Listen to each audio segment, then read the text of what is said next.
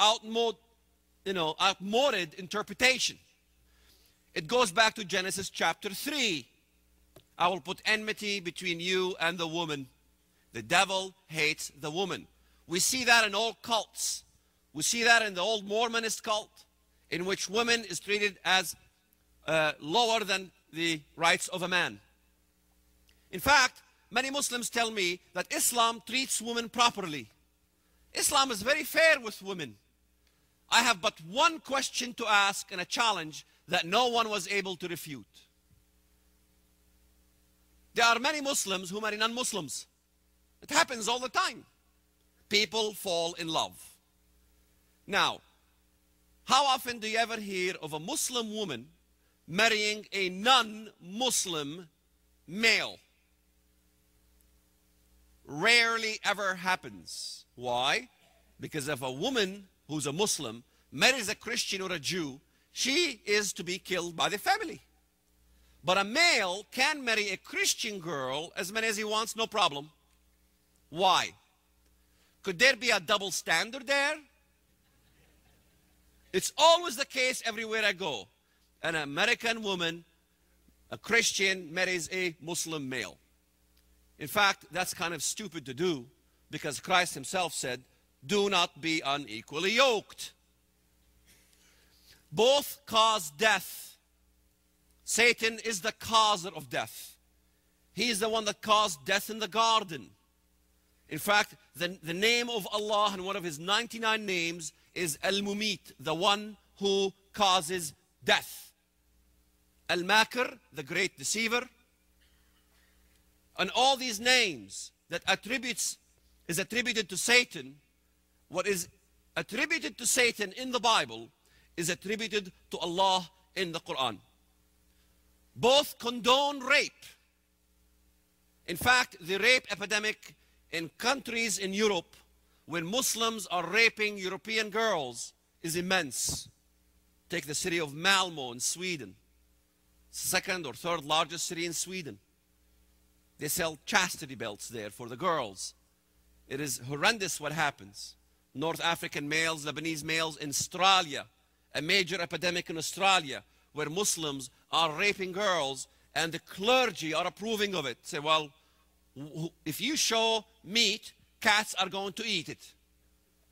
If you show flesh, dogs and cats will eat it. So, what can we do? Cover your bodies, wear hijab. They're trying to enforce the hijab to make the woman look like a tent in order to establish an Islamic hegemony, because Islam is very simple. Islam is not merely a religion. It is a constitution that wants to spread its tentacles throughout the whole globe, in which Muslims becomes dominant, women dress like a tent, and Muslims and Islam becomes dominant over all the religions of the earth. In fact, many Christians read about the mark of the beast on the foreheads. And in Islam, it's very clear. Even in the Quran talks about it. It talks about what is called Dabbat al-Ard, the beast of the earth. When the beast of the earth arises, it will mark all the Muslims on the forehead in order for the Muslims to be identified from that mark on the forehead from all non-Muslims. So if a group of people are sitting on the table, you'll identify the Muslims from that mark on the forehead. The unholy thing in the Bible is the holy thing in Islam, taking a mark on your forehead. Both break treaties. Islam with its hudna, establishing a ceasefire in which up to 10 years, you as a Muslim nation must break that treaty before the finality of that treaty up to 10 years. Why? Because Islam forbids having an eternal peace treaty with non-Muslim nations. Because the goal of Islam is to spread Islam, whether it's by force or whether it's by peace. So how could you have an everlasting peace treaty? The Antichrist clearly breaks a treaty after 7 years. In the middle, Islam surely matches, and it's in its theological concept, the religion of Antichrist. Both love booty. If you look at booty in Islam, just go look up a hadith manuscript and search for the word booty. The Bible talks about booty. The Bible talks a lot about booty when it talks about the ends of times. In the book of Ezekiel, chapters 38 and 39, the battle of Gog and Magog, as they come on Israel, they seek what? Booty, food, cattle. It's food they're seeking, not oil, and not the minerals of the Dead Sea. I mean, I like these books that I read, but they don't have any grounds.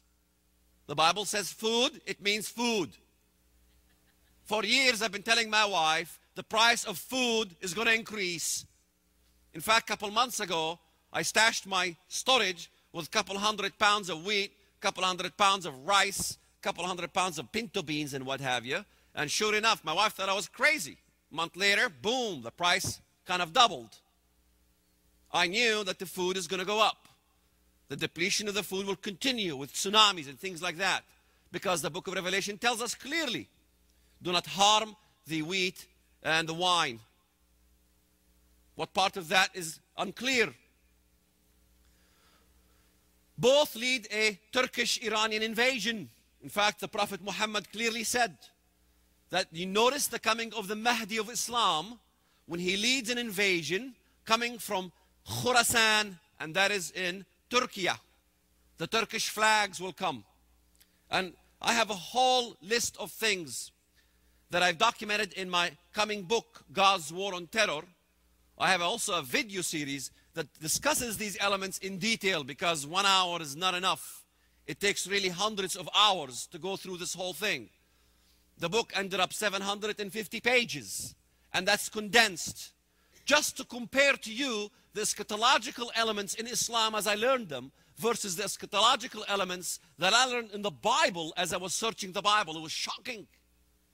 No one was able to document all these things, so I took it upon myself to do the most researched, thorough study in history to document the parallels of Islamic eschatology versus biblical eschatology. We know very well from the book of Ezekiel that there will be a war coming from the area of land of Gog and Magog. Now the scholars differ. Some scholars say that's Russia. I don't agree with that, because if you look at all the Bible maps, they all clearly tell us that the region of Gog and Magog, Beth Togarmah, Gomer, and those regions are within the regions of Asia Minor. Russia had a split. The CIS nations, the Commonwealth of Independent States, were Muslim, split from Communist Russia, and have their own states, which comprises exactly what you see in the Bible maps when you look at the area of Magog, Beth Togarmah, Meshech, and all these things. In fact, take your favorite prophecy book and look at the evidences for Russia, because there's many prophecy scholars that says Magog is Russia. Take these books and look at the historians that they quote. Look at the quotes they provide you of the historians of these nations and these tribes. All the quotes of all the historians say that these people live in southern Russia, yet the authors expand it to Russia proper. I know Russia supplies these countries with weapons, but so does America supply weapons to Saudi Arabia. Supplying weapons does not entitle somebody to be the Antichrist. You know, both talking about the Buraq.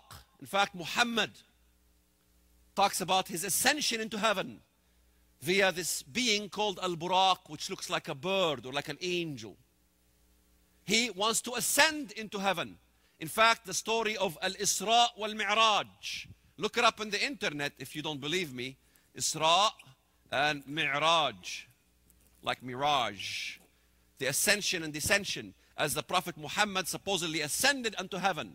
The Mahdi will be the recreation of Muhammad. He will have the spirit and the soul of Muhammad himself. In other words, the Prophet of Islam will come again. Well, who dwelt the Prophet of Islam? What entity dwelt the Prophet Muhammad? It was none other but Satan. Satan will dwell the body of the Mahdi as well. So if Muhammad ascended into heaven, who else in the Bible ascended into heaven? I will ascend unto heaven. I will be like the Most High. You know what I'm talking about from the book of Isaiah. In other words, he wants to parallel Christ as he ascended.